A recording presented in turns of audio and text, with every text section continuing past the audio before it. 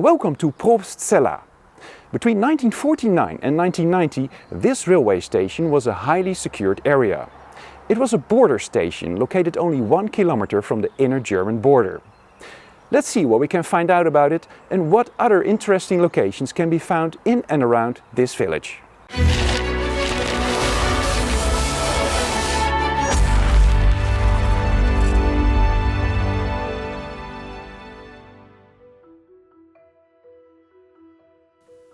Probstzella, a small municipality in the German state of Thuringia, lies halfway along the railway line between Berlin and Munich.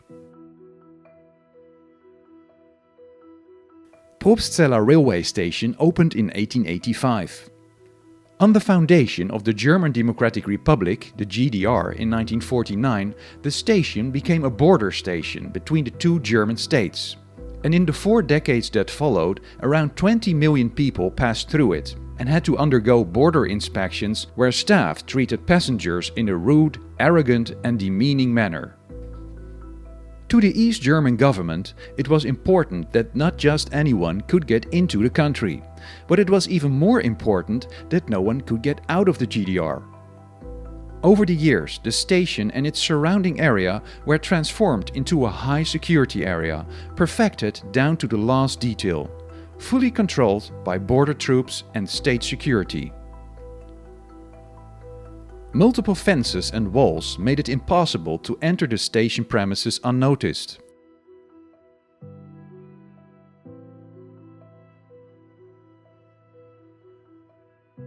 Floodlights were installed to ensure that the area was brightly illuminated.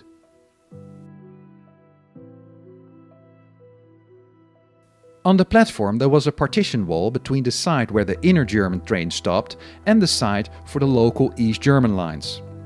One piece of it has been preserved, and on the platform you can easily make out where it used to be.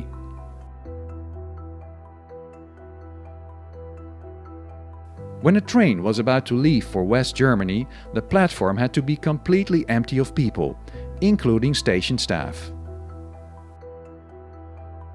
A special set of points, or switch, was installed, number 66. In case a train tried to go in the direction of the border without authorization, it would crash into a buffer. The fact that lives might be put at risk didn't worry the authorities. Only the border commander was authorized to set the switch to straight ahead. The border staff were heavily armed and the order to shoot, the Schießbefehl, which applied to the whole GDR border, also applied to this station.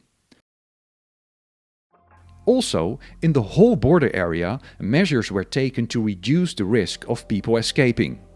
As from 1954, Probstzella was part of the 5-kilometer wide border zone, which was a restricted area that not just any GDR citizen was allowed to enter. And on top of that, local residents whom the state did not trust were forced to move out. Such forced resettlements took place in 1952 and 1961. But even in the 1980s, we know of individual cases of people that were forced to leave. There is more about the forced resettlements of the 1950s and 60s in this video. Since 2010, the Probstzella station building has housed a museum that tells all the history of the station. The museum focuses on the experiences of travelers, but also on the way the East German officials dealt with incidents that happened at the station and on the trains.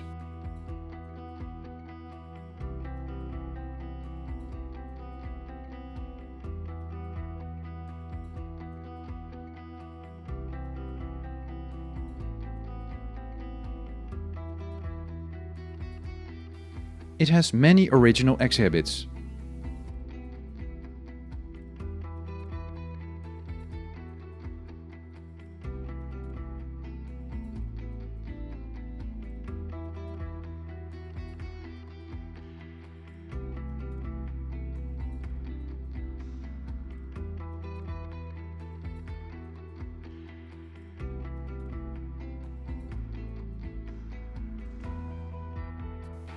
Unfortunately, the control building that was built next to the station in the 1970s was demolished in 2008.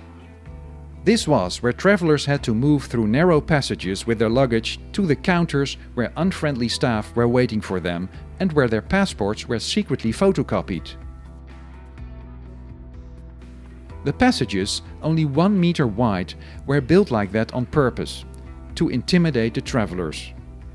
Because of the stress that these processes caused, more than one elderly person suffered a heart attack.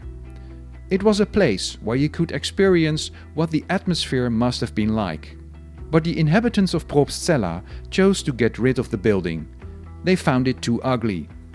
Even a proposal to save just a part of the ground floor, the part with the narrow control passages, was rejected.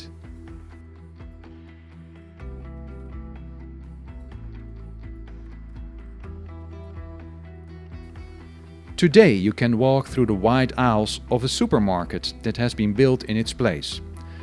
I'm not sure if I would say that this new building is more attractive than the old control building.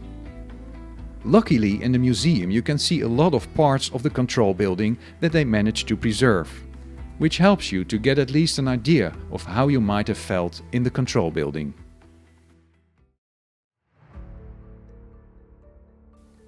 Many traces of the past can still be found outside the station and in its surroundings. It is not hard to detect remains of the many fences that sealed off the station and the railway track.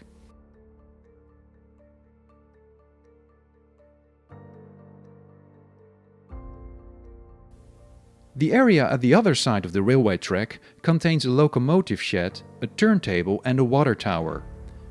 This part is protected as a historic monument dating from the beginning of the 20th century. But I was told that no one seems to care and it is all left to decay.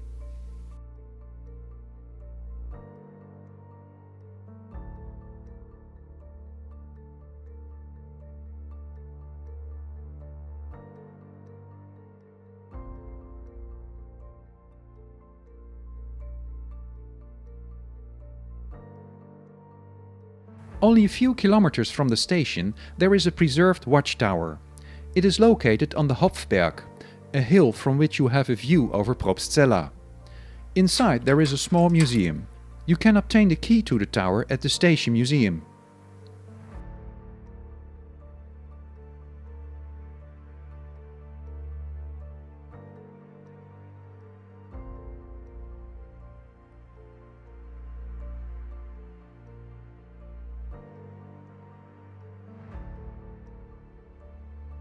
Another museum of local history can be found in the village of Greventhal. Unfortunately, it was closed at the time I was there.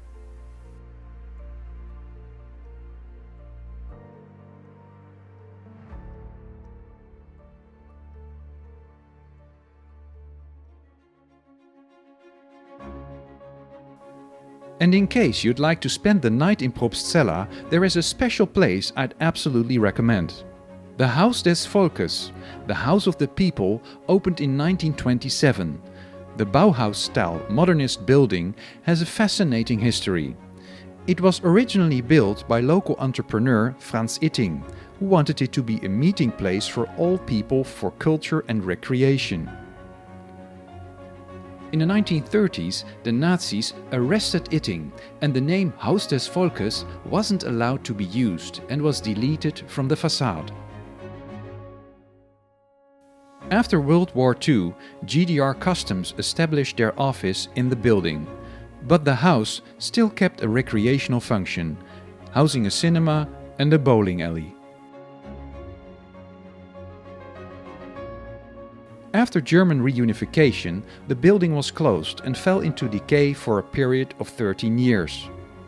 In 2003, the current owners bought the place, and after some years of renovation, the Haus des Volkes was reopened in 2005. One of the things that is special is that the furniture was reproduced according to the original drawings and descriptions. So being in your hotel room kind of gives you the same feeling as guests would have had 100 years ago. The hotel is also a museum. Spread throughout the complex, you can learn all about the history of the building and about the first power station in Probstzella, which supplied electricity to the village and far beyond. The man behind the power station was also Franz Itting. If you want to book a stay in this hotel and you would like to support this channel as well, you can use the link in the video description or go to the East Germany Investigated website. Here you can also find the links to hotels I recommend related to other previous videos and a general link to book any other hotel.